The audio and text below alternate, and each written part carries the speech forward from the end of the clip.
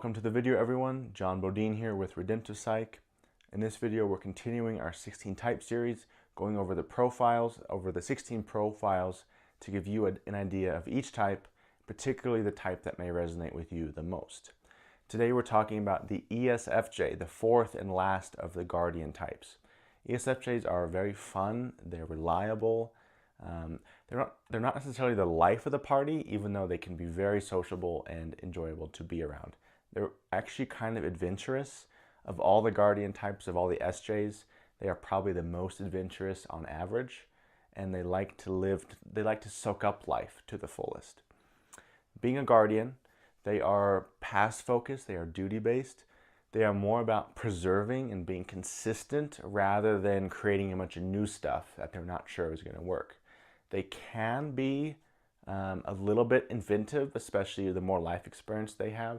They can begin to see things that need a little bit of work and can come up with some ideas for that. But in general, they like to stay with what's predictable, what's reliable, what is known. The three words I've picked for the ESFJ to describe the ESFJ as I see them is service, sociable, and helpful. Service.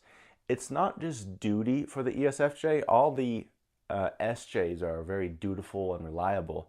For the ESFJ in particular, they really believe in service. A lot of military people are ESFJs.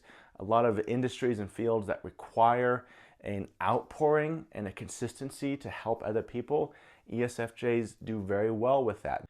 Next, sociable. They are, in general, very fun to be around. They're adaptable to the people around them. They usually have a pretty tremendous level of social skill and kind of natural social graces. Not all ESFJs will feel that way, but within them is usually a latent skill of connecting with people and being able to adapt and adjust to them on the fly. And lastly is helpful. Related to service, the ESFJ loves to help other people. That's kind of their juice in life. What kind of gets them up in the morning is the opportunity to make a difference in someone else's life. This usually comes through the context of being reliable and durable and being able to help a person regardless of what situation they're in. They can gather a lot of life experience and over time gather information and knowledge of how to deal with certain things. And through that, they love to give that back to people. They love to help other people. That's one of the biggest things, the biggest ways that they provide service to society and their families and in their work. Dipping into their functions now, and remember that the letters, I don't believe in the letters that much. I don't think they're that helpful. I understand they can be necessary, but here within the archetypes and then the actual functions, that, in my opinion, is where the real meat of a personality type exists. Here is their top tool, their top function. The hero is our go-to. It's our powerhouse. It's our wheelhouse. It's what we most rely on throughout the day and the week. The hero for the ESFJ is extroverted feeling. This is a combination of empathy, but also social awareness of societal, it's almost like social graces and an understanding of the social context and the situation. They can adapt and fit into different social situations on the fly. The way Carl Jung described them is being motivated by what is sensible. This is in combination with their second function, introverted sensing, which is kind of about tradition and duty. ESFJs are very sensible. They care about the traditionally valued roles. This is where in ESFJ, the things that they pursue are often things that are socially acceptable or kind of expected, whether that be a life of public service, having a family, owning a house, having the traditional things is what an ESFJ, that's how they navigate their life usually. Next is their parent. This is the primary source of responsibility and caution, but not fear, mostly caution within the 16 types. For the ESFJ, this is introverted sensing parent. This is where their dutifulness, where their stability comes from. Their road to becoming responsible is becoming durable, is being able to last and being able to go through things and be an anchor for other people. This is the primary way they provide stability and life for others, is by being an anchor within the chaos, within the storm. That, hey, whatever happens, I'm gonna be there, I'm strapped down, I'm ready to go, I'm ready to last, I'm ready to help you with what you need, and to create opportunities to provide service where it's most needed. This is also the place where ESFJs love what they love. They love a good drink or a good meal. They have they're very appetite driven in terms of the things that give them an enjoyable and a rich experience. They are kind of like the earth, like the rock. That's why they last so long. And the earth needs to be watered, right? It needs its consumptions. So ESFJs do love them a good time where they can enjoy some great food or a great experience, whatever it might be. Next is the child. The child function is our innocence, something that gives us life and energy and renewability. It also can help other people, particularly when the ESFJ has some life experience to back up. Their child can really help others. Their child is extroverted intuition child. Even though ESFJs seem very of the earth and concrete and in the moment, which they usually are, they do have a side to them that's interested in possibilities and options. Extroverted intuition likes to give other people some freedom and some space. ESFJs are kind of down for anything as long as they're comfortable with it. They love to give people an experience to say, hey, what do you want? What do you want? Let's see if we can make that happen. And this is one of the really endearing qualities is this adaptability and this willingness to kind of go along with what other people want. Now, as long as they filter through the options they give to other people through understanding how it might affect them, that allows them to stay safe and to not get into situations that they actually wouldn't want to be in. Next is their inferior. The inferior is the place for all 16 types, the place of vulnerability and usually insecurity and anxiety. For the ESFJ, their inferior is introverted thinking inferior. They are concerned that they don't have what it takes to solve a problem. They are concerned that they might not be smart. They sometimes believe that they're stupid. And this can sometimes create a situation where they lash out and attack other people's thinking because they might feel threatened by other people who they perceive as smart, or other people who they're envious of. People listen to them and want to know what their thoughts are. But the ESFJ often feels that other people don't want to know what their thoughts are. So this can make them treat other people's thoughts as like just smacking them down. But if they embrace a little bit of humility and given some time and some effort to develop this, they can become kind of ingenious because they become willing to think through the things that no one else is willing to think about. They start to think through a problem in the smallest possible ways, and with time they build a coherent and solid solution to something. But in general, they are concerned that they're not smart, and it can hurt ESFJ when you don't listen to them, when you don't actually take the time to try and understand what they're saying. They don't usually mind if you challenge them or disagree. What they really care about is you taking the time to give them space to express their thoughts and develop their thinking, and then push back or challenge them with some other thoughts or some other research or this or that.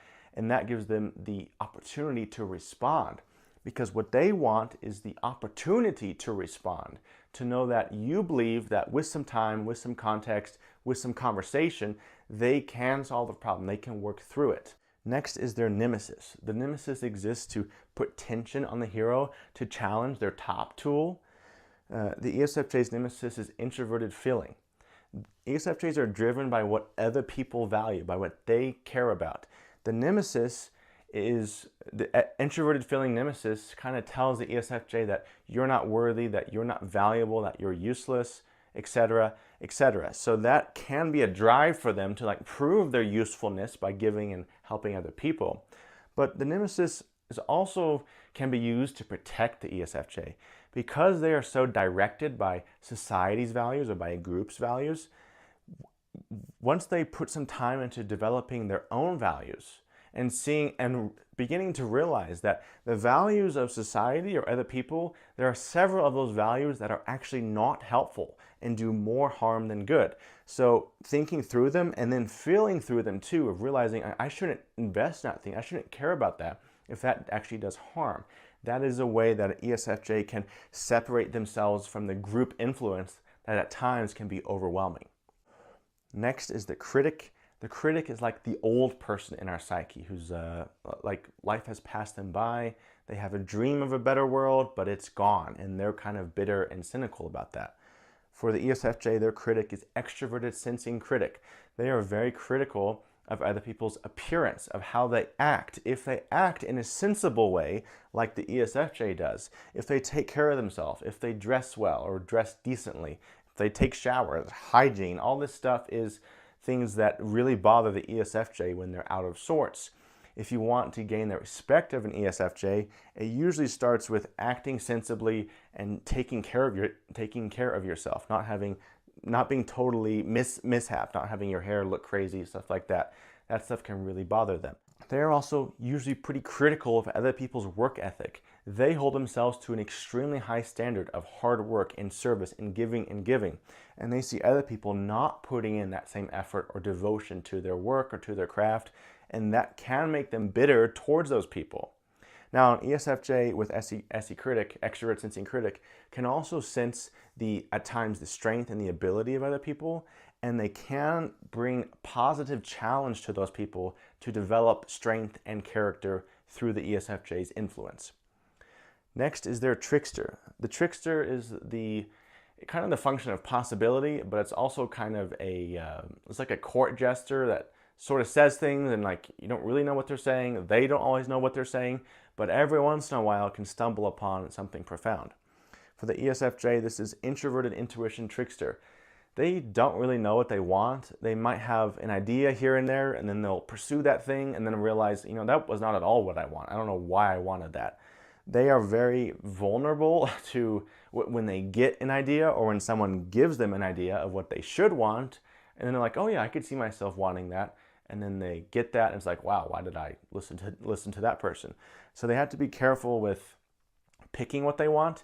The main way they can get around this is seeing the patterns of what other people want, remembering their experiences of being around those people who got that thing, and then seeing what happens to those people once they get what they want. Through that, they can filter down their all the options and then actually pick perhaps one or two things to pursue. But it can be a big blind spot for them and kind of vulnerable when they pursue things that they don't actually want. And lastly, their demon. For the ESFJ, this is extroverted thinking demon. I mentioned this briefly with the inferior, but because of their insecurity with their own thinking, they can cut down other people's thinking. They can unintentionally or sometimes intentionally make other people look bad, especially in front of others. That is a way, kind of a darker way in which they make other people listen to them is by, it's sort of like tearing sarcasm. They can be very funny and very sociable and say things that are very kind of offensive, but they make you laugh the entire time doing it. The demon is a source of destructive power that we're not always aware of, and we need to become a little more aware of it. So ESFJs, along with sometimes destroying people's reputation, while they don't always mean to, sometimes they do, it's also a difficulty with listening to other people. They are so concerned that they are not going to be listened to that they often don't give space to listen to other people. Now, their brain is usually so full with the other things that they don't necessarily mean to cut you off or mean not to understand what you're saying, but it can be a big struggle for them to actually value what someone else is saying or what someone else thinks. And for them to grow, it usually starts once they become less insecure with their thinking and begin to realize that if they can listen and understand other people, it's actually going to inform their thinking, not threaten it. But in general, this TE demon, extrovert thinking demon, can be a big problem for the ESFJ. But in general, ESFJs are super durable. They're very fun. They are the most spontaneous of all the guardian types, of the 4 guardian types, and they're kind of down for anything, and they love them some good times and some good experiences. So hope you guys enjoyed. That's the ESFJ in short. Leave a comment below if you have an interesting insight or a story about an ESFJ, and I'll see you guys in the next video. Bye.